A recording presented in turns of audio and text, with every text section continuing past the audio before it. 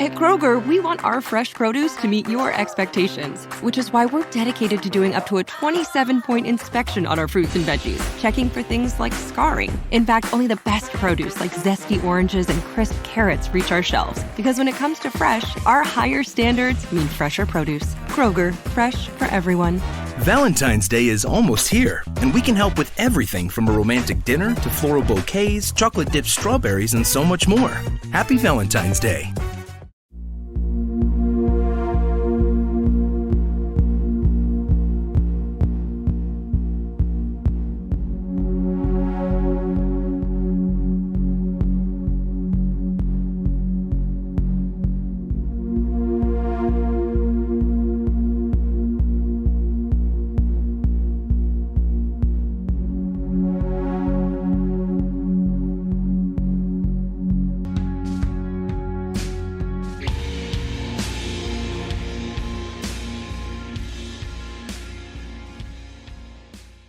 Hey, welcome everyone to the From the Shadows podcast. I am your host, Shane Grove. Unfortunately, not with me again tonight is Jason's super producer. He is under the weather, and I think we mentioned this on the last episode. I'm sure he would appreciate everyone's thoughts and prayers as he tries to recover from another battle that he's having. So we're hoping that Jason feels better soon and can get back on the air with us. I know his diehard fans are missing him. So, and I guess I'm missing him a little bit too. So we're hoping Jason gets well soon. So before we bring our guest on, I want to remind everybody that if you have a story or an experience or some sort of expertise you want to come on and talk about, you can find us at From the Shadows podcast on Facebook. You can find us on our forum page on Facebook called After the Shadows. You can find me at Shane Grove Author on Instagram or our From the Shadows Instagram site. Send us a message. Or you can go to the old-fashioned way and just find our website, FromTheShadowsPodcast.com. Hit the contact button. It'll send me an email. I promise I'll read it and get back to you. And if, hopefully we can have you on the show. And also, if you're interested in some extra content, our Patreon page is going pretty good, and we've got a lot of extra content we're sticking up there. So our Patreons seem to enjoy that. It's a fun job trying to keep everybody entertained over there with some extra stuff. So I want to bring on, and I just had a good long discussion. He mentioned he thought we were already recording when we first started talking. I should have. We'd be almost half over with the interview already because we talked about so much good stuff. So joining me is Don Schneider from the Unacknowledged and Unknown YouTube channel, and welcome to the From the Shadows podcast, Don. Well, thank you. How you doing, Shane? I'm doing all right, and I hate to say it because we talked about showing our age, but every time I hear the name Schneider, all I can think about is One Day at a Time and a pack of cigarettes rolled up in my white T-shirt. Don't laugh. I went. That was one of my costumes for one of my sister's Halloween parties. I actually dressed as Dwayne. What now? Did you wear a leather vest or a jean vest? I had actually. It looked like a leather vest, but it was actually one of my old suit vests, and I wore it over a seedy looking white T-shirt with a pack of cigarettes rolled up in the sleeve of the white T-shirt. And actually, I had a mustache, and I looked pretty much like Dwayne. The blue jeans and the tool pouch. God, that's fantastic. That's fantastic. Anybody under 40 that has no idea what we're talking about, go YouTube One Day at a Time. It was a great late 70s, early 80s sitcom. And Schneider was the prerequisite handyman that somehow interjected himself into and to Bonnie Franklin and Valley Bertinelli and Mackenzie Phillips? Yeah. And it was Mackenzie Right. Phillips, yeah, from her father was from the Mama and Papas. And Michelle Phillips was her mom, Or right? Michelle was her mother, yes. Yeah. Yeah. Yeah. Oh my He was God. actually a stand-up comedian. He had been on the Johnny Carson show. So I'm telling you my age right there. Oh my gosh. So everybody that's listening is like, what are these guys talking about? We didn't tune in. We didn't tune in to listen to TV Land, revisited. So Don, go ahead and share with our audience kind of what you do, like what your passion is, and kind of where and when you got started, and what you've been researching here all these years. Yeah, I due to an encounter I had back in 1978, and then again later on in 1979 in southwest New Mexico, I ended up getting into searching Bigfoot, or what some people call Sasquatch. And that was 79. So it's been almost 45 years I've been doing this. On my YouTube channel, I believe I've only been doing it for 5 years. But I was doing it before there were personal computers in the house, and everybody had a cell phone or digital camera. We had the old SLR cameras that weren't digital. So yeah, I was doing that, and that resulted in me sort of dialing down in the 90s and into the early 2000s, and being a little more focused on it, because I was approaching retirement, and I retired. In 2017, 16, I think it was. It's been a while. It's been so much. It's been so much fun that you can't remember. It's true. When you retire, you don't even remember what day. You don't even know what day it is. Yeah, that would apply for people that have no plans for retirement, and they don't know what they're going to do. They'll tell you to the day and hour when they retired. Me, I was already running with my interest, not just in Bigfoot, but other things that I was focused on, things that I had an interest in. And it led me to a lot of places I had never been before in the United States. I went to Canada, done some research out there. Most of my researching was more focusing on looking for footprints, looking for, visual sightings of Bigfoot in the areas. I had like a laundry list of places I had written down all over the United States, and definitely in Illinois where I live, that I would have to visit based on the BFRO's index of sightings in Illinois, plus other states. I'd been to Wisconsin, Iowa, across the border into Tennessee recently, and it brought me a respect for other places, meeting new people too, that unlike people here in the Midwest, which I'm saying are friendly people too. It gave me an opportunity to meet people in different walks of life that knew nothing about Bigfoot. It's just that you had to sort of use them as a conduit to get to where you were going. But it all started in '79 when I got surrounded by these creatures. And yeah, I'd love to. Okay. So everybody is screaming like, "Hey, we want to hear this story." So, so yeah, in New Mexico isn't a typical place where you probably think you would even encounter Bigfoot, even though we know, that there's plenty of sightings out there, and places where you can encounter them. Yeah, it's I never knew they even, I didn't even know the term Bigfoot. I didn't really know that. I wasn't like I had watched In Search Of up until that point, and with Leonard Nimoy, and oh yeah, and I think they even that was probably my first taste of the Patterson Gimlin film from 1967, and it never made it was just like watching a UFO documentary. it made an impression on me, but I don't remember the term Bigfoot, like never really stuck with me. That was just like a thing that they used during that show to describe the Bluff Creek incident. But I later on, when I was living in New Mexico, I moved there in the beginning of '79, and I only lived there for it was a year, and I had to come back to Illinois.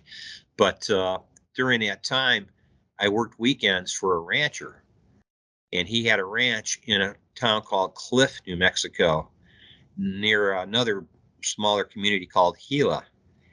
And he had told me when I worked on the ranch weekends about Bigfoot. And I was like, I didn't know if he was talking about a transient, homeless person that was really hairy. I never really wrapped my mind around it. But he told me how he had livestock, and I would go out there and help him load the pickup truck with bales of hay. And he had range cattle. He had 16 sections of which I think it was close to 1,600 acres or more. Yeah. So we would go out in his pickup truck in these areas where he could run almost down through the arroyos and areas you could drive near the arroyos and throw out bales of hay, and then all his pole Herefords and his range cattle would come running. And he told me a story about Bigfoot, which he claimed he was driving back from Cliff, I believe it was, one evening or late afternoon to Silver City, New Mexico, and he saw this creature off the edge of the road. There were these bluffs and cliffs, and it was sitting up in those bluffs, sort of just sitting there, rocking back and forth from left to right. And I remember him telling me this story, and then I told him at the time, I said, well, I'm from Illinois. I said, I do a lot of camp in my area. I've always camped by myself, take my dog with me, throw up a tent, or just throw out a sleeping bag and lay out under the stars. And I said I would go out and do this all the time. And he told me, well, if you're doing that out here, he says, he told me, don't do it unless I bring another person. And told me, well, if you take your dog, at least you're going to have a little safety. And I just sort of just dismissed it. I thought, well, he's just worried for me because I'm the kid from the Midwest. I don't know nothing, which I didn't. I didn't know anything. So eventually I had a weekend off from my other full-time job, and I set out to it's basically an area. It's called the Gate. It's sort of a gateway community to the Gila Wilderness. It's a town called Mimbres, Mimbres, and it was east of where I lived. I lived in an area called it's now called Santa Clara, New Mexico. But when I lived there, it was called Central. So they changed the name to Santa Clara. And I drove out to the Mimbres. I remember going through the mountain ranges. It's called the mountain range there is called the Black Range Mountains, which go into the Gila National Wilderness. And I drove to a section called the Kneeling Nun Monument and parked my car, and I hiked 11 miles down the mountain with my dog and my backpack, and got to the mountain valley below where there was a creek bed and set up my camp right there. And went out on a day hike with my dog, almost got lost, got turned around, but I was lost for a good hour at least, and was able to find my way back and to my base camp about 40 feet from this creek bed. And about, I want to say just at dusk, when you could barely see the hand in front of your face, something walked down into the foothills. I could hear it walking, displacing the shale and the scree on the side of the mountain. I could hear it walking, and it just came to a butte that overlooks the creek bed in my camp. So it couldn't have been at that point. It walked out to the point of this butte and looked down at me. Now, I'm basing it was there based on what I heard, not what I couldn't see anything. So at that point, when I heard it walk out to this butte, it was about 130, 40 feet as a crow flies from where I was sitting at my My base camp consisted of me, my dog, a bedroll, a little fire, and my backpack 30, 40 feet away from me hung in a tree. And at that point, I yelled out to this thing, "Who goes there? Who is that?" And what baffled me is it had no flashlight. And I'm thinking, how is this thing negotiating the terrain without a flashlight? But it sounded like a big person, bigger than me, just from the heftiness of its footsteps. And then it came. Would your dog? Did your dog make any kind of like acknowledgement that there was something or not? I mean, Oh yeah, my dog acknowledged it. He acknowledged it with this. He had this deep-throated growl where he was growling and would occasionally bare his teeth, but he never. I had him on a choke collar and with a little what I call a tag chain, uh, sort of a leader on it. So whatever that was, that's 8 inches long. So I could grab him, and then the choke chain. Nowadays they're saying that's sort of cruel and unusual, but those were the choke chains that had sort of the spikes on them on the side of the links. Mm-hmm. And I had my hand inside the choke collar, not on the leader, and thinking he would run off and chase it away like I thought possibly it was a black bear. And I've seen dogs chase free range cattle and the black bears away from people and heard stories about it. And I thought, well, if it's a black bear, my dog will just take off and it'll scoot out of camp or away from me. No, my dog sat next to me to the point where I actually took my hand off the choke collar and he never moved. He didn't sit down though. He stood next to me while I went from sitting position to like on my knees and standing, and he's growling, or he had this deep throat growling going on the whole time this thing was approaching, until I heard it hit the creek, came down off the butte, down the rest of the side of that mountain, the little foothill area, and then walked across that creek. And the creek was no more than 35 feet from my base camp. And it walked across this creek bed that was probably 15 feet across, maybe a few inches deep in water, of flowing water. And you could hear it go kerplosh, kerplosh, kerplosh, just like a person walked right across the creek, right into my camp. I mean, when I mean into my camp, it stayed on the perimeter just beyond firelight. And then I pulled out my flashlight, and I had one of those old yellow marine flashlights that float in the water. It takes 2 D-cell batteries. And it threw maybe not even a 20-foot beam. I think I had weak batteries in it, but it stayed just beyond the beam of the flashlight.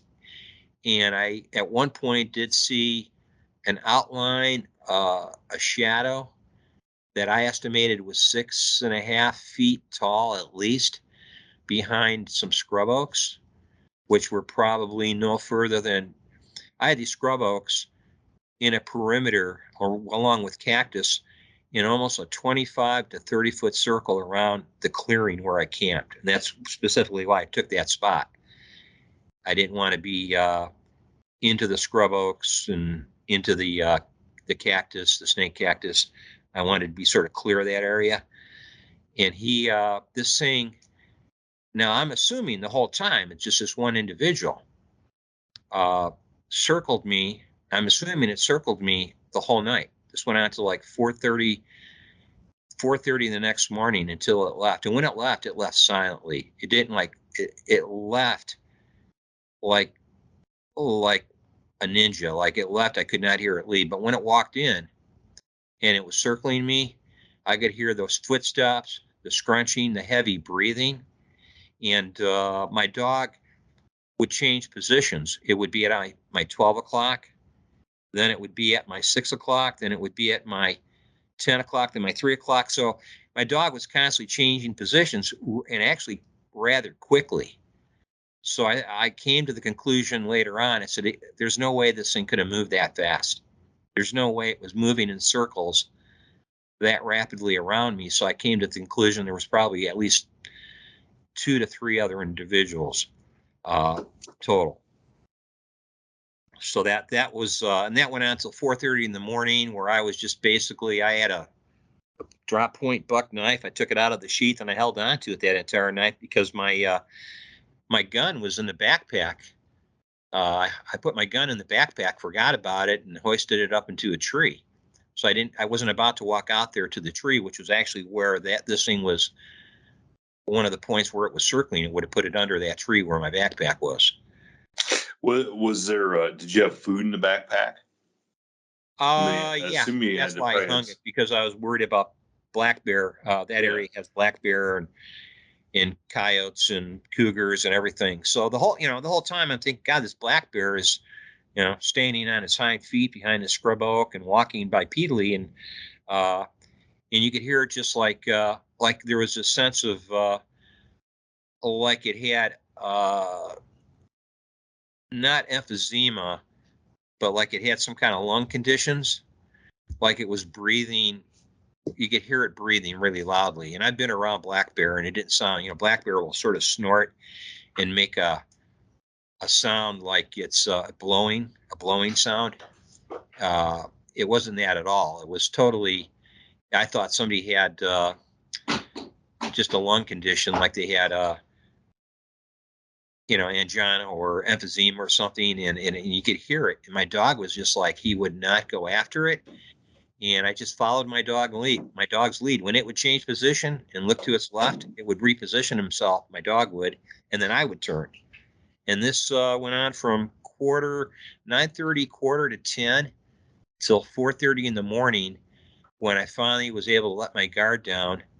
Yeah, I never got 1 ounce of sleep that night. I remember hiking back up the mountains and getting in my car thinking I was so, like I had a full pot of coffee in me. I was so hyped up.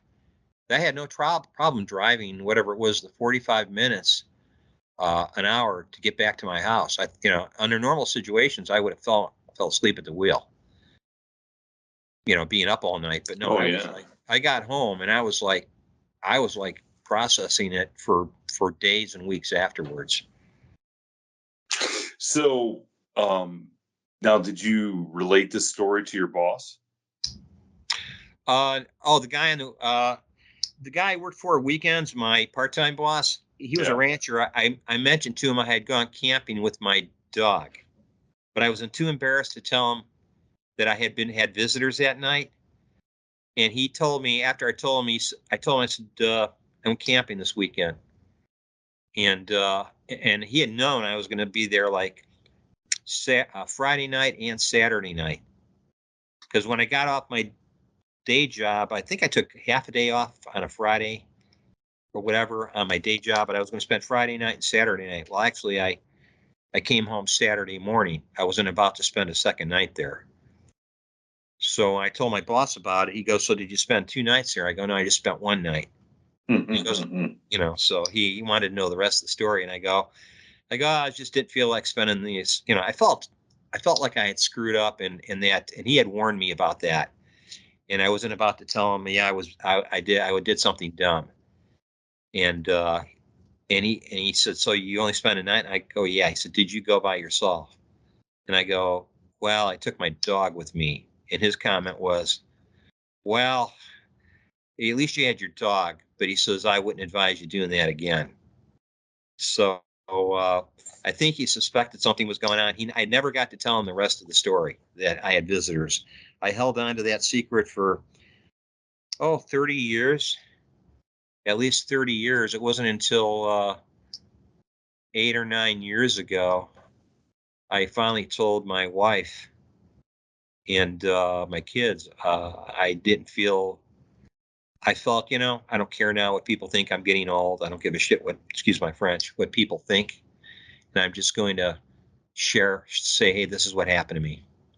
And they knew I was researching Bigfoot, but I didn't want to tell them the reason why, that it harkened back to that time. That was sort of. Well, So let me ask you then. So if that guy, your weekend boss, does not mention that he had a sighting, would you have thought at the time that it was a Bigfoot? I mean, I know it's kind of hard to ask that because At the time it was happening, I never even made the connection it was Bigfoot. I just knew it was something, and I even thought, who was walking in the dark 11 miles from where I parked at the top of there was these pull-off areas along these hairpin turns along the top of the mountain, and it was near a place called the Kneeling Nun Monument, which is an area that it's a lookout where if you pull off that road, the hairpin road, above this one observation point, if you look out, you'll see this area, these rock formations that are probably several miles away called the Kneeling Nun Monument. So where I had pulled off was an observation point to actually a scenic overlook toward the Kneeling Nun Monument.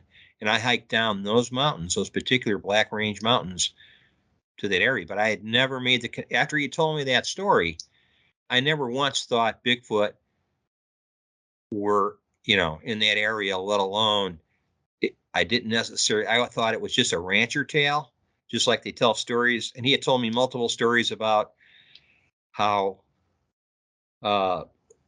Cole Younger and some members of certain gangs had been on cowboy outlaws had been to his property and how he had potentially hidden treasure on his property. These are all just stories to me that I didn't necessarily believe held water because the ranchers in the area had shared these stories with each other, and they had different outlaws that had been in that part of New Mexico and had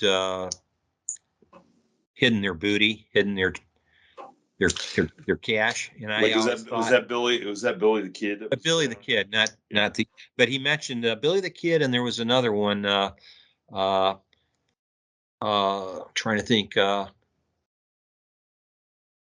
he mentioned he had been there in that section of New Mexico. He said that even I believe the guy that was actually friends of Billy the Kid, the sheriff. Sheriff Garrett, he said they were friends. Yeah. That was all misrepresented. He says they were friends, and that he even brought up the possibility that Billy the Kid lived to an old age. This is before 30 years later, you're hearing stories about that. This man living in Texas was absolutely. Yeah. And so he had brought that up to me. He says, yeah, that was all stories created by writers, and that Clay Harden, or there was another guy, another outlaw too, that had been in his ranch area, but he had caves. Like Jesse James, probably. Was it Jesse James? He mentioned the younger brothers had been through that area from Missouri, but I don't know about Jesse James. I know they were tied together, the Youngers and the James. But he mentioned that, and he was buried in Billy the Kid was buried in Lincoln County, and they changed the. I lived in Grant County, but a lot of what Billy the Kid did was in Grant County. I know they changed the county lines between Lincoln and Grant County. So at one time Billy was in Grant County, and then they changed that, and that was originally Lincoln, and then they changed it to Grant. I'm not sure how he explained that to me, but I was like, but he told me a lot of these stories, and he mentioned the Bigfoot story that I told you earlier, and I guess it just went in one ear and out the other. So even after I had the camping experience, all I knew is there was something big basically skirting my camp, just out of beyond my sight, just beyond the my flashlight beam. So I came to the conclusion that it wasn't until, I want to say, months later that I started hearing more stories about Bigfoot, and I thought maybe that's what I experienced. Well, you now know why nobody's found that treasure, if that's what is out there running around. You know what I'm saying? Yeah, if there's a bunch of Bigfoot out there in that area, nobody's finding that treasure because you're not really, you're not gonna.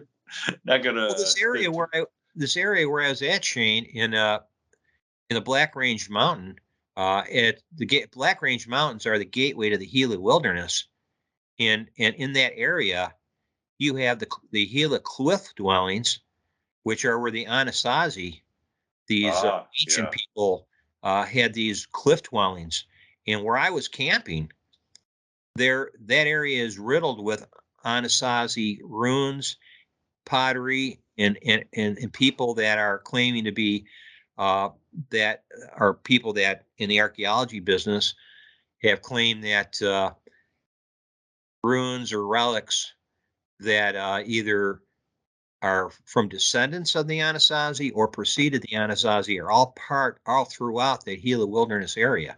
So when I was in the Black Range Mountain, I was in the Gila Wilderness area. That's one of the mountain ranges that go through the Gila Wilderness.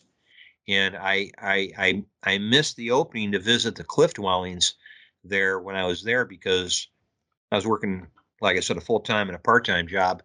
But I was familiar with the Anasazi, and I did come across petroglyphs on rocks in an area not far from where I lived in Santa Clara, in an area called the Fort Baird Refugee. And I just looked at it like, oh, these are petroglyphs. That's interesting. Unless I would have had a Kodak Instamatic camera, I didn't have cell phones weren't a thing back then. So I was like, a lot of this stuff was nowadays it would be totally different. I would have been videoing it, probably maybe tracing, taking a carbon trace of it just to have sort of evidence to show people. So let me ask you this: when you got up and got out of there in the morning from your campsite, did you take a look around to see if you could you could see footprints or anything and kind of figure out what it might have been, or were you just intent on getting out of there? I was, at the time I was 26, 27 years old. I was scared. Not out of my mind, but I was scared. I just couldn't wait to throw everything in the backpack and slug some water and get out of there. I think I had a snack with me. I had some kind of I don't know. I had a snack bar or something with me, and I just took off, a granola bar, and I just took off up the mountain and hiked. It took me a few hours to get to the mountaintop to where I was parked, but I was like, I look back at that now, knowing what I know now, and I would have been definitely all up and down that creek bank. I would have been looking for prints. I would have been looking for hair. I would have been looking for all other kinds of trace evidence. And what I didn't tell you is the day I arrived, that I had several hours of sunlight. I did walk along that creek bank and followed it out. I did get lost, but I did follow that creek out to a section going between these two. It's where these two mountain ranges converge into an area where you have these. I guess you'd call them where the creek dumps into these little shelving type areas. Well, they call them arroyos, but this is this crystal clear water. There were these descending puddles carved out of the rock between these two sections of mountain. And when I was walking to that area, right before I realized I got lost, I was hearing, and the only thing I could figure out is I thought somebody was in that valley with me that was like a carpenter, because I could hear like knocking, like somebody was like somebody was hitting a 2x4 with a hammer.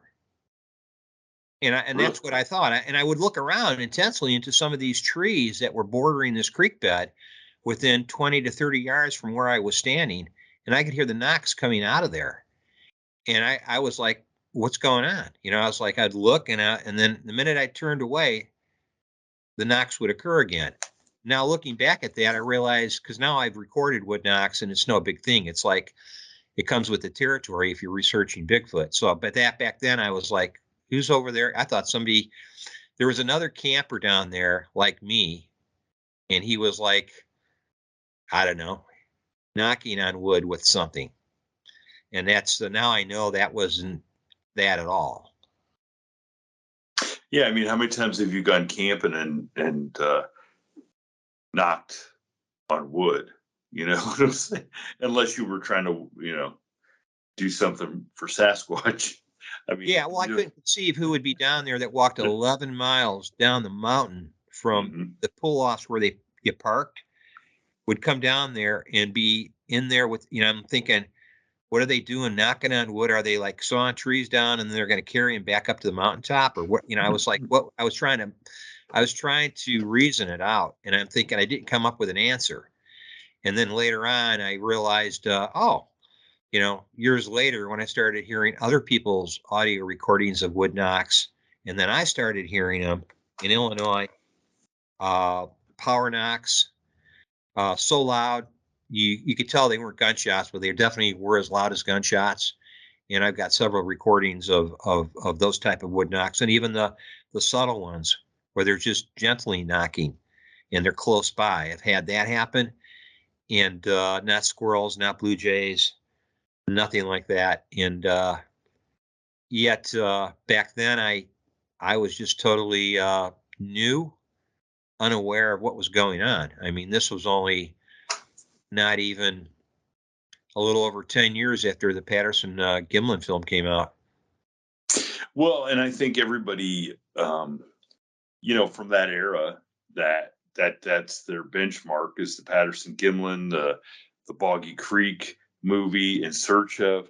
You didn't really think that, like, you're from Illinois. You probably didn't think Bigfoot was in Illinois. I certainly didn't think Bigfoot was in Ohio, and you may not have even. You just thought it was on the West Coast. It was something in Washington and California. So why would you think that? Yeah, and that's what I thought. I thought, oh, it's up there in the Pacific the Northwest. PNW area. It's probably up there in Washington, Oregon. What I got to worry about, this some old rancher guy tells me, yeah, I seen Bigfoot sitting on the bluff out here. And I was like, yeah, he's probably you know drank too many tequilas at night, and and just basically maybe even ate the worm. And and I was like, yeah, I was like, I worked with a lot of people out there, and people were pretty closed mouthed in that community. The town I worked in was, I worked in Silver City during the week, and then on the weekend I worked on the Dunn Ranch, and and when I worked during the week, I worked with basically they were mostly Latinos, but the community, Silver City at that time, was 98% Latino. So it was like, my best, from what I remember, it was like living in Mexico, but you were just north of the border and you had all the benefits of living in the United States. That was the only difference. And it had an impact on my life because I won't go as far as saying it was culture shock, but being from, Illinois, uh, it was, I didn't know a lot of people that were Latino, and I didn't, I grew up in a pretty much primarily white occupied neighborhood. So, it was sort of interesting. I was able to put my Spanish to use. So I had 6 years of Spanish in school. Never thought I would use it, but I sure did use it down there. Now, so you have this experience in 1979. Mm-hmm. What, how long is it before you decide you're going to, get back into researching Bigfoot? You know what I'm saying? Like, did that keep you from camping for a while? Did it keep you from, or did you say, I want to go out and see if I can figure this out? So at what point did you get back into the whole Bigfoot thing? Oh, I got back to it immediately. I mean, I within that time of me having that encounter, uh, it was not even a week or 2 weeks later. I walked across a road. I think it's Highway 90, or 190, I forget the actual name, but it goes through Santa Clara on the way to Pinos Altos and then to Silver City. There's a highway that, and it was a few blocks from my house, from where I lived, and I could just walk 2 blocks north, hit that highway, and across that street, across that highway was an area called the Fort Baird Refugee, and it was basically a conservation area where they tagged elk, and there were coyotes and mountain lions and black bears there too. And I thought I wanted to reproduce that, see if I could create or at least trigger a response like I had that night by just being there. Now, this was not in the mountains. This was sort of what I call, I wouldn't even call it high desert. It was semi-desert area in Fort Baird, and I walked across it, had a flashlight with me, took my dog with me again, walked into the desert. I got about, I don't know, a quarter of a mile, half mile into the desert. And this is all flat area with, just populated by creosote cactus and all sorts of other scrub oaks. And as I got in there, I realized this was worse than the mountains. Something about the semi-desert is sort of, you want to call it spooky or very, there was a sense that I just didn't feel comfortable. And I just turned around and I walked back out. This was in total darkness. I had my flashlight with me, but so I subsequently ended up moving back to Illinois. My grandfather was in the hospital and my family wanted me back for him. So I ended up moving back to Illinois. I found another job, and in the process, I started going back to my old campsites and in and around certain state parks and conservation areas where I had previous encounters. In one particular one in 1978, the year before I left for New Mexico, which stood out in my mind as very similar to the encounter I had in New Mexico, with the one exception. This happened during the daytime. So I just basically resumed.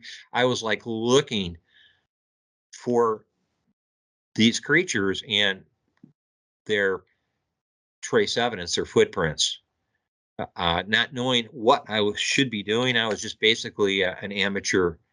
I was just an amateur at what I was doing. I was looking for, as I was looking for trace evidence, I got in a habit of finding morel mushrooms because they're growing around the base of a lot of these trees and dead elms and stuff. And I'm sure they have them in Ohio, but usually in spring around May into June, you can come across morels, and that's a big thing here, even in Illinois and Wisconsin. So I was going out under the pretense of mushroom hunting and looking for footprints all at the same time. So I went on these excursions, usually a lot of times by myself, and I started always camping with a friend or two. I realized, hey, maybe if I can have somebody with me, I can have some, it's not just my word to the public. It's, I got somebody to verify it or validate it because they're with me and they witness it too. So I always had a friend with me, or in most cases, it was either my wife or my son. As he got older, he would go with me. And my son quit going with me probably in the mid 2000s when he realized he was bait.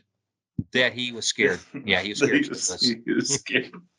Yeah, the excuse he gave me after we had a couple close encounters, which scared the hell out of him.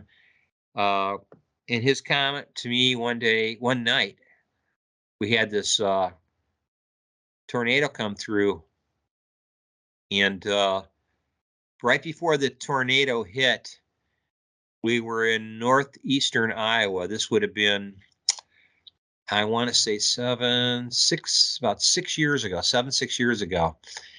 And I told him, I says, this is a highly active area. Of course, he was skeptical, and he had never experienced what I had experienced early on. but I think he knew I wasn't lying, but I guess he just came to see for himself. And we had, right before this tornado came through pretty close to where we were camping, tore some trees down in the area. We heard something in total darkness. This was at 10:30 at night. It sounded like a herd of elephants running up the hill behind our camp.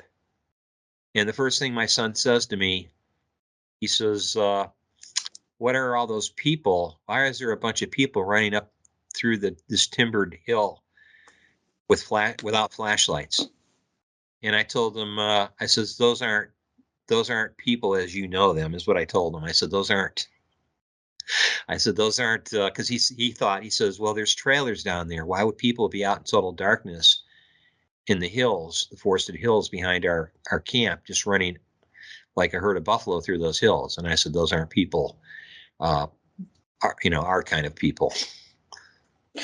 And then later on, he mentioned to me, he says, that I went out, I think, on a couple more excursions, daytime excursions with him, where we did a couple just hikes into the basically conservation areas, some of our state parks. We went off trail and did some basically busting our butts going through a lot of thickets and stuff. And he, at one point, when I asked him to do an overnight with me after the situation happened in Iowa, he told me, he says, I'm married now. I've got a family. I've got my daughter. I need to be there for him. And I respect him for telling me that. He didn't want to be a casualty.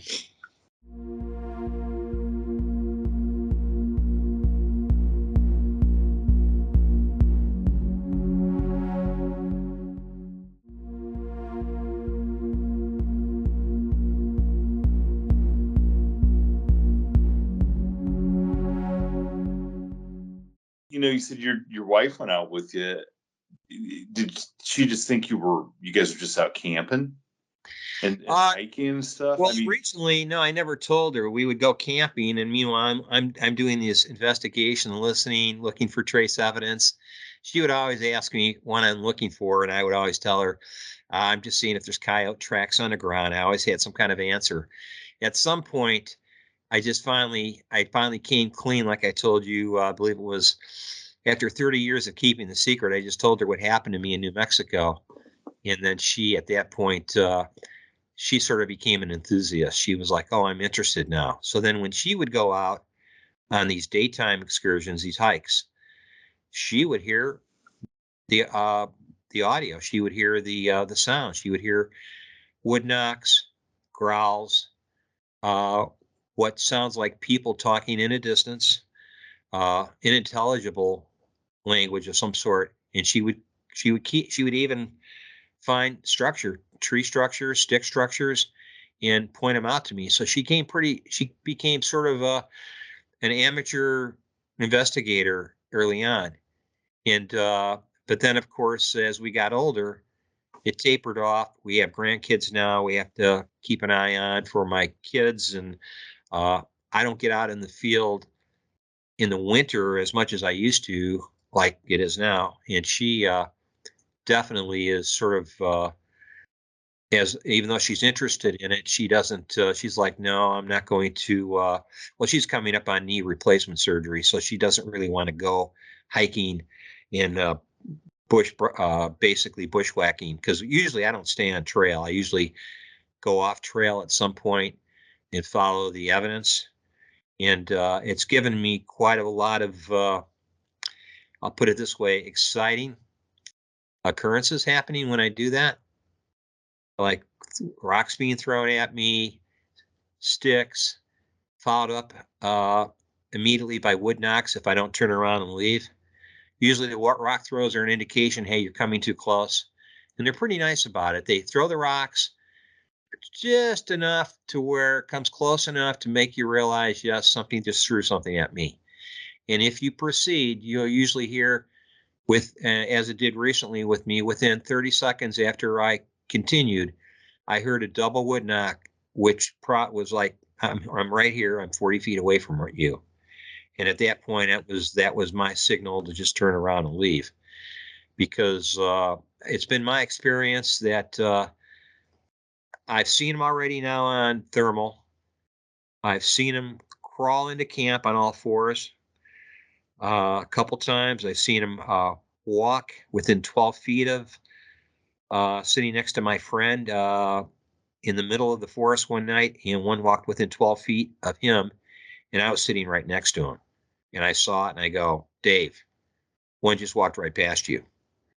And he's like, what? By the time he looked, it was gone. But it got to the point where it was a common occurrence. We would do an overnight, what I call a cold camp, no fires, no flashlights, and just sit there in the middle of the forest in a spot that we had picked out the previous time we were there. And then things would happen. One instance, we had one crawl into camp and then disappear behind a brush pile. And I saw that, I believe, the same creature 15 to 20 minutes earlier on my thermal, 95 feet away, peeking at me from behind a tree. And we measured that creature at we figured it was 8 to 8.5 feet tall when we did the comparison the following morning. I went to that spot and I had Dave stay at our original position, and then he measured approximately how much taller it was than me standing next to that tree. So this is what we've been doing or what I've been doing for over 40 years now. Sort of, this is their fruition of where it ended up bringing me to the point where I've seen them mostly at nighttime, seeing the eye shine. The audio is just crazy. 4 hours of things. These what I believe are the adolescents throwing things at us to get a reaction out of us. We had that happen one night where it was just nonstop things being thrown at us, bouncing at our feet, bouncing around us. These are lateral throws being pitched at us, and when we lost interest in it, they stopped throwing stuff, and then they just they got bored. So that's been part of my experience. I mean, there's so many things that have happened over the last several decades that it just Well, the one incident you just were talking about that really I'd like to dig into just a little bit here is the one crawling into camp. So how creepy is that? And kind of describe what that was like to witness that and what it was you saw exactly. Yeah, it's the first time I saw it was on thermal. And it was I had a FLIR Scout 623, a FLIR Scout 3 620, I believe it's called, or 320. But it doesn't it's used for deer hunting, but it doesn't record video or take pictures. But it's a great security, thermal security camera is what I call it. And this is in Illinois. It's probably 45 minutes from where I live now. And this is an area, it's a hot spot here in Illinois. And it's an area where the BFRO guy had his first sighting. He actually, one of my fellow researchers brought him there, and he had his first sighting in this area. And that's where I've also seen him. But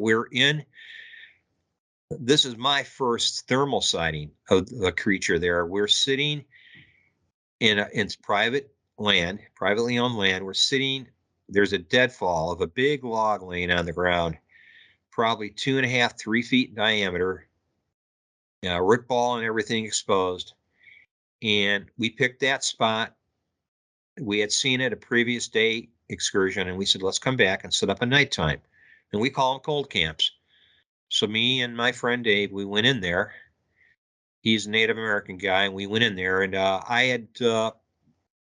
I had been there previously, I saw some tree arches with some sticks leaned up against the tree arch. This was a fairly good sized sapling. Standing straight up, the sapling was probably 15 to 20 feet tall. And the end of the sapling had been pulled down, and the top of the sapling was pinned to the ground. And then it had a bunch of sticks leaned up on the arch on both sides. And then there were some other smaller structures that were, I call them leans or whatever, that were sort of built into that. And I saw that tree, that log laying on the ground about not even 40 feet from it, just to the, it would be to the east of it. And I said, let's just set up here. And he agreed. He said, it'd be a perfect location. So we came on the night that we were supposed to camp there. We came a good hour before sunset, and we hiked in. And we basically, a cold camp is you throw a thermal blanket down, or I usually have a deer pad. I like you use on a stand, you sit on, and I threw that insulated pad on the ground. And then we only use red lights. We don't use actual, flashlights or any kind of white light. And we don't have a campfire. And I know it got down to probably around 32, 33 degrees that night. It got pretty close to freezing.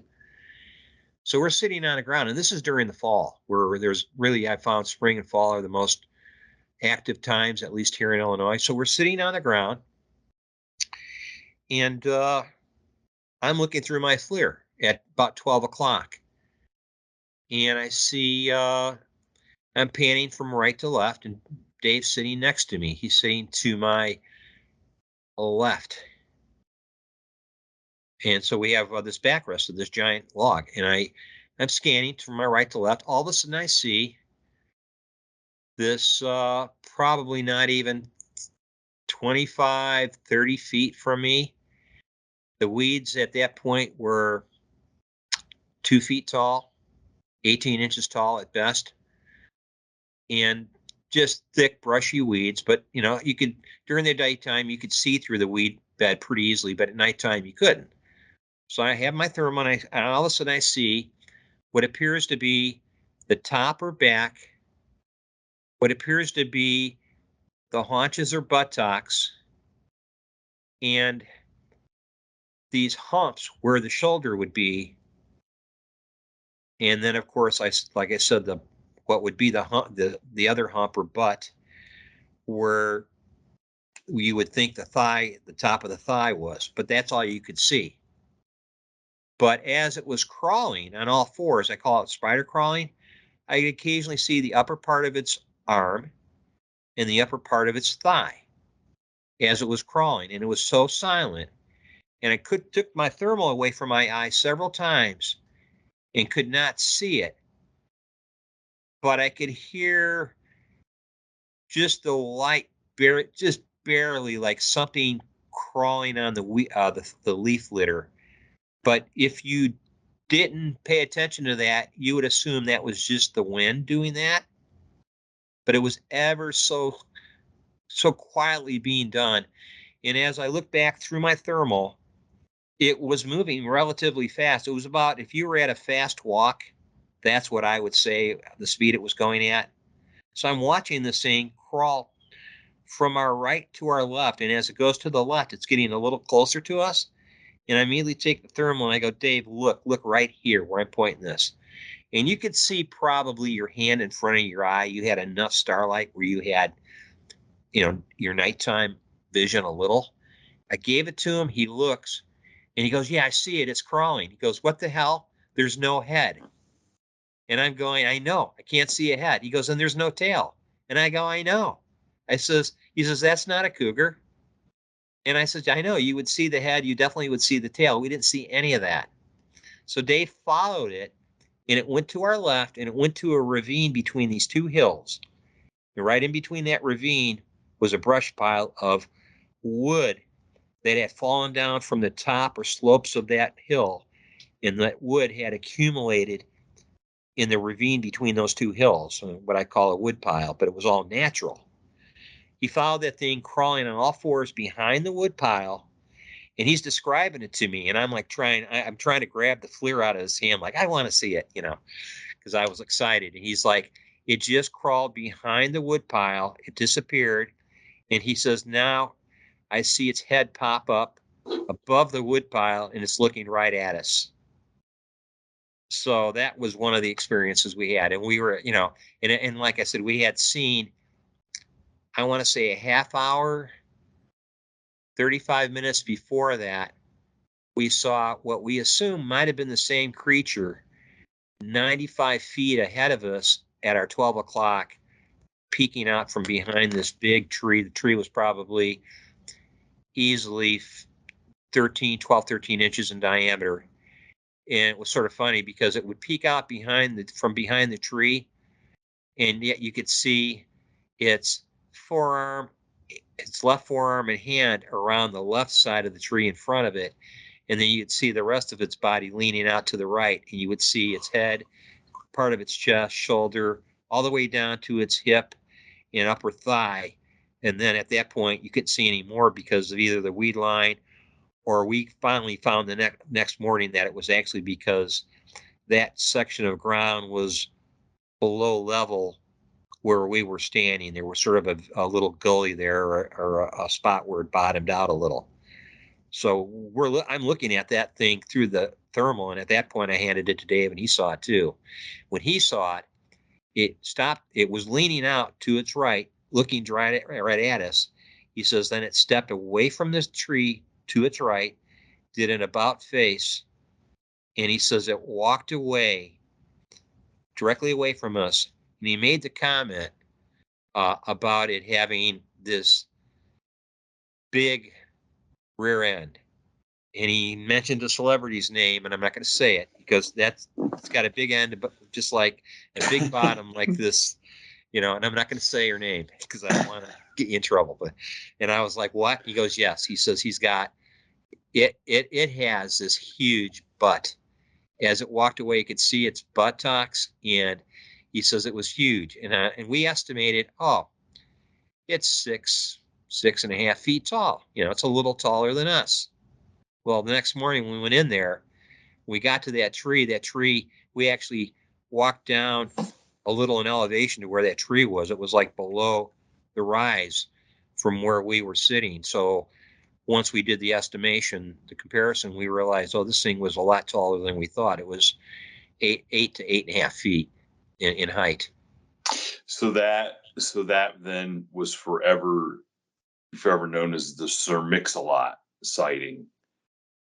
I like big butts. I mean, come on, anybody get that? Anyway. Yeah. Well, I'll put it this way. He compared it to a lady who had a talk show, and I'm not going to go any further. She was a well-endowed person, and he goes, she's got a butt like so-and-so. And, he got to see it actually step out from away from the tree. I thought it was sort of funny. I said, it's standing behind a tree that was just, if it would have profiled behind the tree, I probably wouldn't have seen it, but it was standing facing me, just in a horse stance or whatever you want to call it, looking toward us, leaning out from the tree. And you could see the thermal was unmistakable. You could see the heat signature on both sides of the tree. It was wider than the tree. And I'm thinking to myself, and you could see after it walked away from the tree and turned around and walked away from Dave, he gave the thermal back to me, and I could still see the handprint on the tree, on the front of the tree, where it was like using the tree as an anchor to lean out from it. And at that point I said, and that's what I like about thermal. I can walk up to a cold spot, on a tree or on the side of your paneling on your house, on the siding of your house, and put my hand there, and it'll hold that heat for, a minute or maybe longer. You'll still see that heat just being dissipated. I tell you what, though, every time I hear a story about one of these creatures crawling, it almost sounds cartoonish. Like it does none of it ever sounds natural. Like that is something, of course, I can imagine something that big crawling anyway. I mean, I can't get down and crawl. Well, it did sound sort of even when we looked at it, when we're looking at it, we're like, it's not computing in our minds, because we're saying, well, we don't see a head, we don't see a tail. we just see what looks like the shoulder and the buttocks area and this back that was flat, very much like a big man's back. But it made sense to me later on when I seen the profile of the one walked past us that was 12 feet from Dave's right shoulder.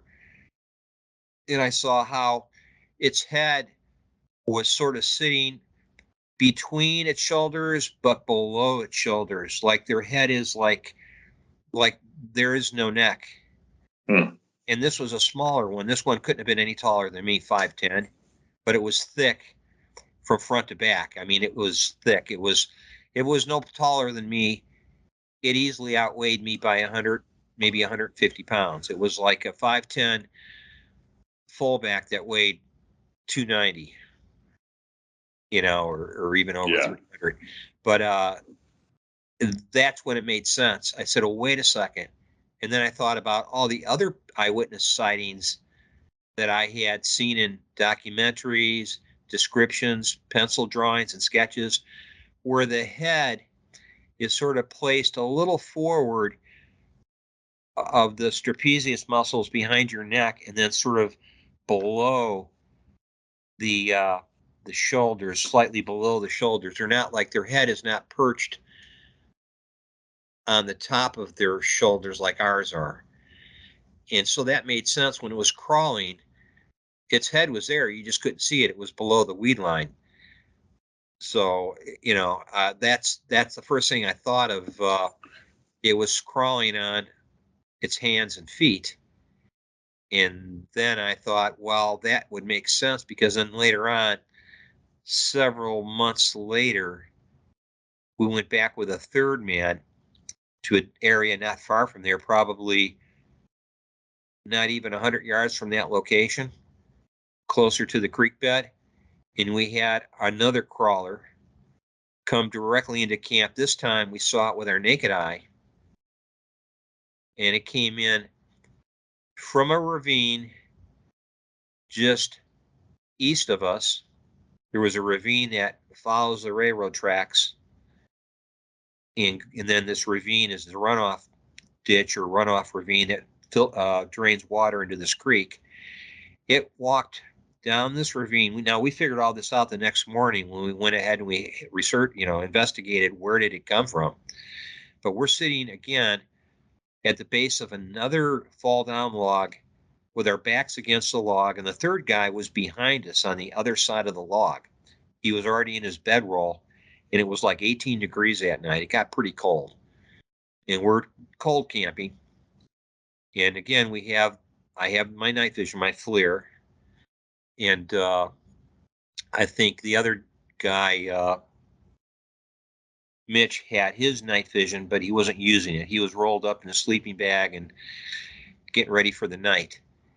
And out from the east of us, from this ravine, we didn't see it come out of this ravine. We just saw there was a tree. I want to say there was like a hedge apple tree just west of this little ravine. And that put this hedgeball tree about 35 feet from our 12 o'clock where we were sitting. And I'm watching this tree in the area around at 12 o'clock. I had set my thermal down, and we had enough moonlight and starlight where our eyes adjusted, and you could see fairly well. And out from in front of this tree, all of a sudden I see the base of the tree get wider. And then this like huge spherical shaped or half moon shaped object on the ground blots out the base of the tree, and all of a sudden starts getting closer to us. And the next thing I realized, I said, Dave, do you see that? He's to my left looking 12 o'clock, right where I'm looking. And he goes, I see it. And as this thing looms and gets closer to us, realized it was something crawling on all fours. But it was silent. You couldn't hear it. So Dave stood up and goes, who is that? And then I stood up and I looked, Neither of us grabbed our flashlights. I had the thermal sitting on the ground next to where I was sitting. I didn't even think to turn it on or look. This thing stopped its forward momentum. At this point, I'd say it was at least 35 to 30 feet from us. It got from that tree was at least 40 feet away. So it made a little progress toward us. Then when we stood up and Dave said, "Who is that?" This thing reversed direction like crab crawled in reverse. It didn't even turn, I didn't see it turning around. And again, you couldn't make out any detail because it was dark other than the outline. It looked like something crawling toward us. It was not a bear, didn't have that type of shape. It reminded me of the one that spider crawled that I saw on thermal months earlier. It reminded me of that. And so it just reversed direction, and even Dave said it crawled backwards without turning around. And so then the next morning, we went to that spot in front of the tree, walked behind the tree, and about 15 feet, 18 feet behind the tree was this ravine. And we went down into the ravine, and standing in that ravine, I'm 5'9" now. Standing in that ravine, people from where we were sitting, you could walk that entire ravine and nobody could see you from where we were sitting. So it was just like a hidden access point that they walk to the creek bed, probably use it all the time. Wow. So that was that experience of another crawler that we had. And this came, like I said, right directly toward us.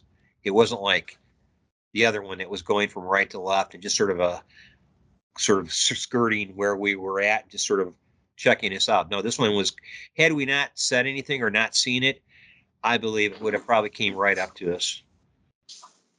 Well, and they're just doing this to kind of stealthily move about. I mean, is that the thought? I mean, I think I don't. Go ahead, Shane. Well, what I don't understand is they're so hard to see, seemingly just walking around regular. Why would you go through the trouble of crawling? Well, I think they were, I think I can't prove it, but I've come to the conclusion they have excellent night vision, probably as good or better than our third generation night vision. Now, I'm not talking about thermal. I'm talking about actual, military night vision. So if they have better than third generation night vision, they're at a standoff distance, who knows, 50, 100 yards, watching us sit there and seeing us from a distance, and then deciding, well, I think they're doing it out of curiosity, because we're not like the camper who goes and pulls his car over, whips out the tent, puts it up, gets a fire going, starts cooking hamburgers or hot dogs, where they could sort of sit up beyond the tree line and watch us and make noises or do whatever, and then people just generally will dismiss that. That is a good way, does work to your benefit to do that. Just go about your business, and they do get curious and come in. But they're a lot harder to see if you got a fire going, you got lights hanging around your campfire, you got outdoor lanterns or whatever you decide to use. It's sort of hard to see them, but you can hear them. But the thing is we were doing something that spiked their curiosity, and it was something that normally humans don't do. Humans just don't walk into a section of forest and decide, oh, there's a good spot here to sit down among these grove of trees, this little clearing here, and just make ourselves the bait. I think that's what they triggered them to figure out, what the hell are these guys doing? Who are these? I'm sure they knew we were humans, because the whole time we were there, we were acting just like when you're camping. We were doing everything campers do without the fire, without the flashlights, without any electronics other than our night vision. And we were talking about, not Bigfoot. It could have been, our wives, our girlfriends, whatever. We're talking, just shooting BSing with each other. And that's what these creatures, they hear that, and they're thinking, well, where's the lights? There's all the things that accompany, that come along with human activity. We're not seeing that here. And so it's resulted in some incredible evidence for us. And where they just come in, and they have come in at nighttime camp where we've had tents, and we just decided to put out the fire, go to our respective tents, and go to bed. And this happened in Wisconsin, where I had one crawl into camp, and well, it didn't crawl into camp, but it walked into camp. And we had 4 guys in this particular campsite, all each with our own tent. And one decided to single me out for whatever reason.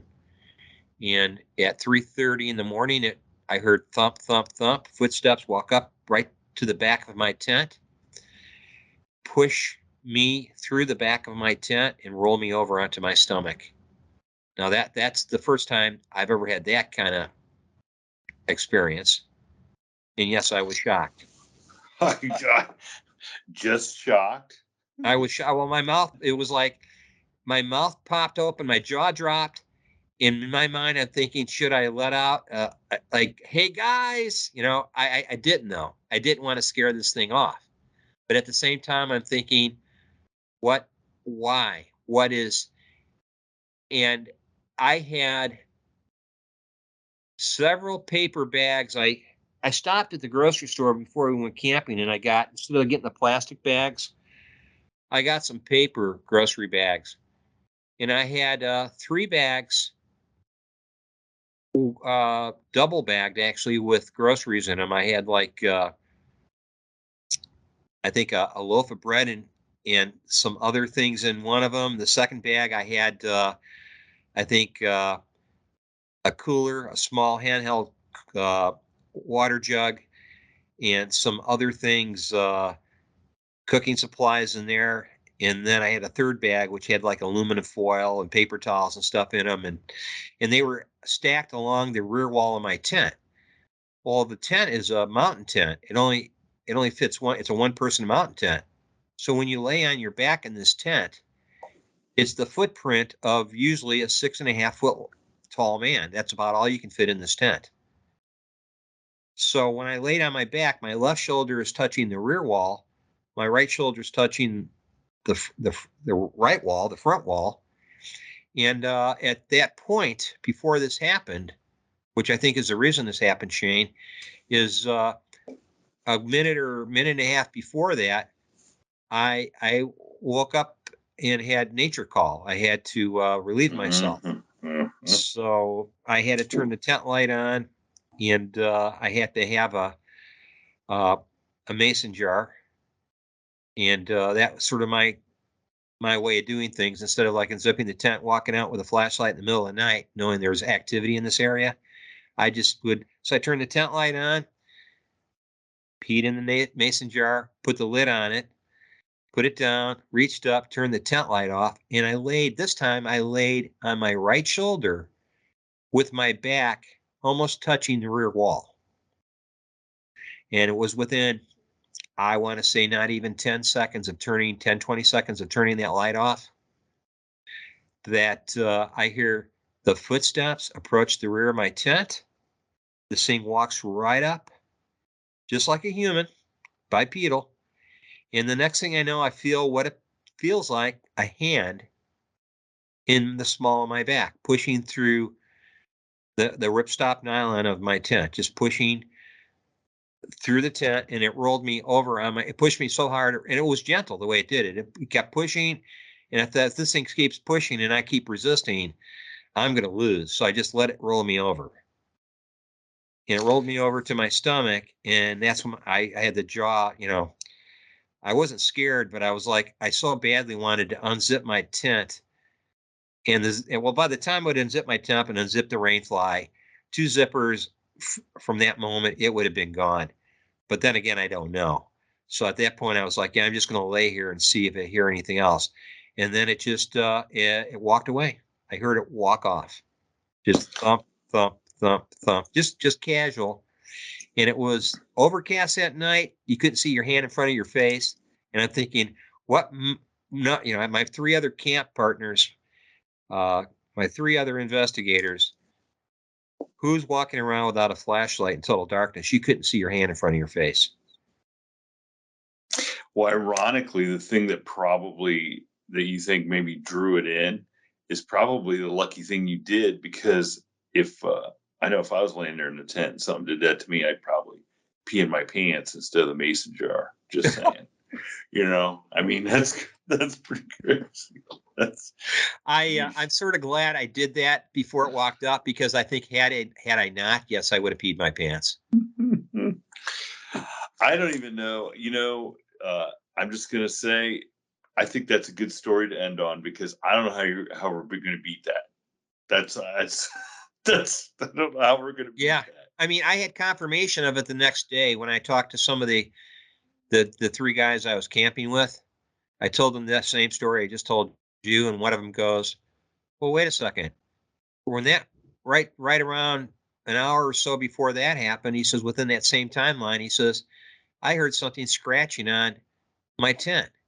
He had this like taffeta tent. It was like a fabric, and if you rake your fingers across the side of it, it's it's like running your fingernails across canvas. It was so obvious. He says, "Yeah, it was great. It was scratching."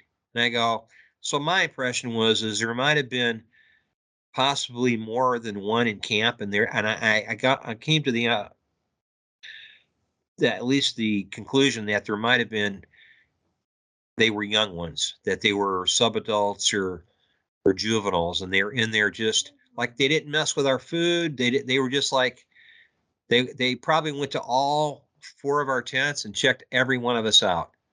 And they picked on the guy with the smallest tent, which happened to be me. They probably thought, "Oh, this is a kid," or whatever. Yeah, I was picturing like they're probably off in just out of sight, and they're like, "Okay, all right, now you got to go up and you got to scratch on the tent," and then they come running back. Now you got to go and you got to flip the guy over on his side. It's almost like what do they call it, county coup? Or like, you were a teenager once, and one guy would say, "Well, I'm going to walk across traffic with my shoes off," and then your friend goes, "Well, I'm going to do better than that. I'm going to that's what I imagine. Take all my clothes off and walk across the lane naked." Well, it was when I told Dave that, I said, "Yeah, one probably scratched your tent, and the other one says, well, I'm going to do better than that. I'm going to roll this guy over." Yeah, that's how I kind of envision that. But I mean, those are some amazing encounters. I can see why you still want to get out there and investigate. And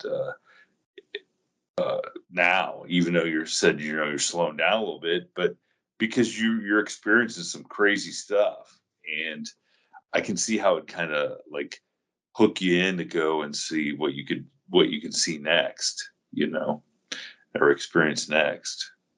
Yeah, exactly, Shane. It does, and I have to even be careful that way, because it's an interest, and it's it has somewhat of a passion, but I have to sort of control that and not let it become an obsession, because I've been married for 40 years and I have grandkids now. My kids are adults, and I have to look at my life as I have to be responsible, and I've had. I mean, you're going to start now. I mean, really, you're going to start now. Yeah.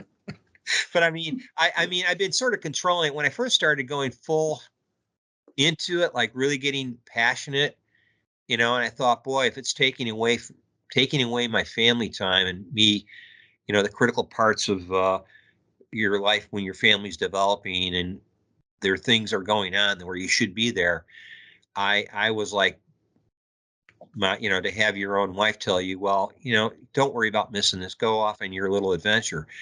You can only do that so many times where you realize, as part of being part of a family, you're making memories too. It's not just about Bigfoot. So I had to sort of sit down and realize, hey, what's, there's important, that's important to me, but that's just my interest. And so I had to sort of shuttle it a little.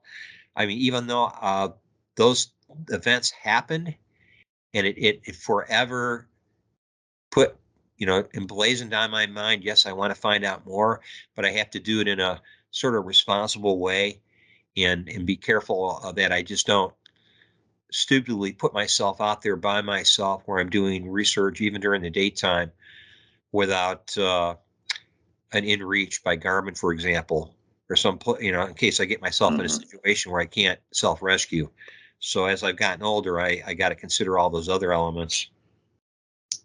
Well, and I just want to point out to all of our listeners that despite what Don says, if your wife says, go off and do your little adventure, you don't even get to do it once. Yeah. You should just, if you got to do that a couple times, then you're really playing with house money. I'm just telling you. So yeah, and I self-fund. I don't get, I don't promote. I don't ask for money. I look at it. This is my thing. Nobody's responsible for me. I'm responsible for myself. But it's taken me all over. I've been to Europe because of this interest. I've been to Switzerland. So I've my interest in Bigfoot sort of crossed into an area that I had other interests in, and it sort of thought, well, hey, I'll go to Switzerland. But while I was there, I realized, wait a second, there's probably Bigfoot here too. I didn't go to Switzerland because of Bigfoot, but it's funny where you go places and you realize, wait a second, could they potentially be here? Well, I tell you what, Don, I think we could probably do like 3 episodes. I feel like you got it, but I want you to share with everybody. So if everybody that thought these, your adventures were cool and they want to kind of catch up on some of the other stuff that you're doing, and you've got some good little videos and stuff, like, let everybody know where they can come find you and follow you.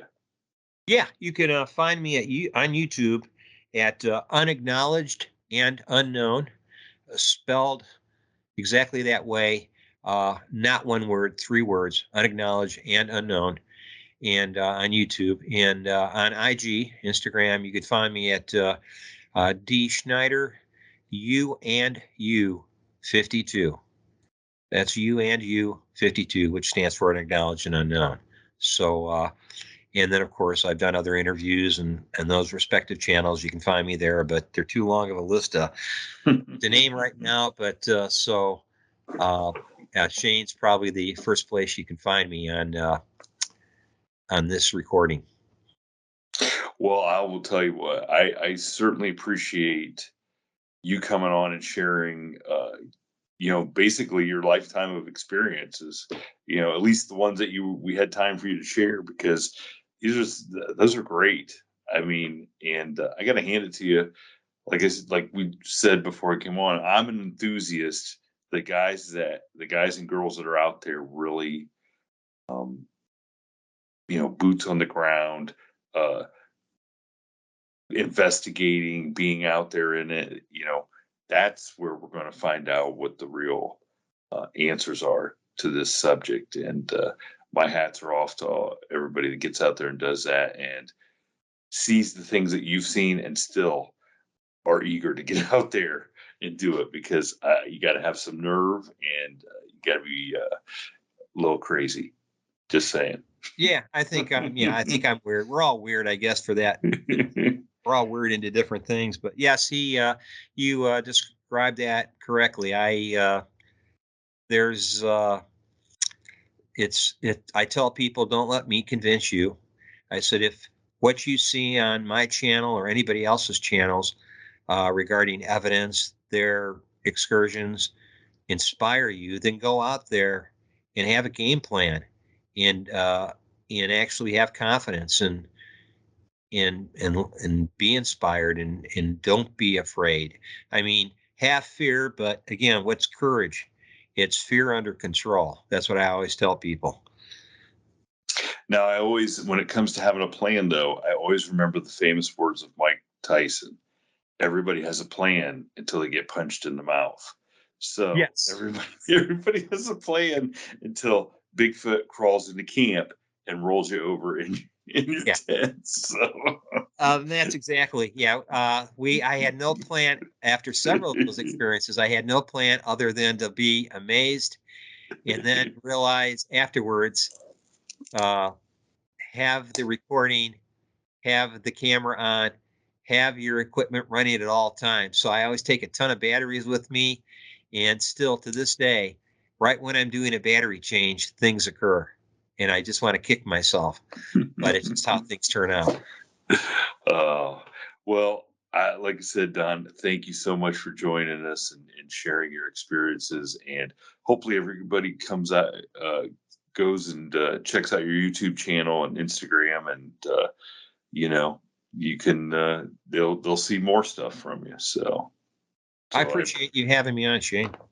No, I thank you. It's like I said, it's people like you that allow us guys like me to have shows, so we can geek out and hear all this stuff. So. Oh yeah, I appreciate that. Yeah, it's I think you getting exposure and sharing the information and making it freely available is going to help people in the long run, because this has been suppressed too long, and it's and unfortunately, it's people shouldn't feel ashamed to share their experiences, because maybe because of how their family or friends or coworkers treat them, they'll find there's a lot of other people out here that will support their and give them understanding regarding that. So I appreciate you doing this for everybody. Yes, I agree with everything you just said. So, but thanks again, and I think we'll stay in touch, and because I'm sure it sounds. I think, like I said, we probably got at least one more episode out of you we can get. So. Oh yeah, yeah. No problem there, Shane. So, all right, I appreciate it. Thank you so much. Bye-bye.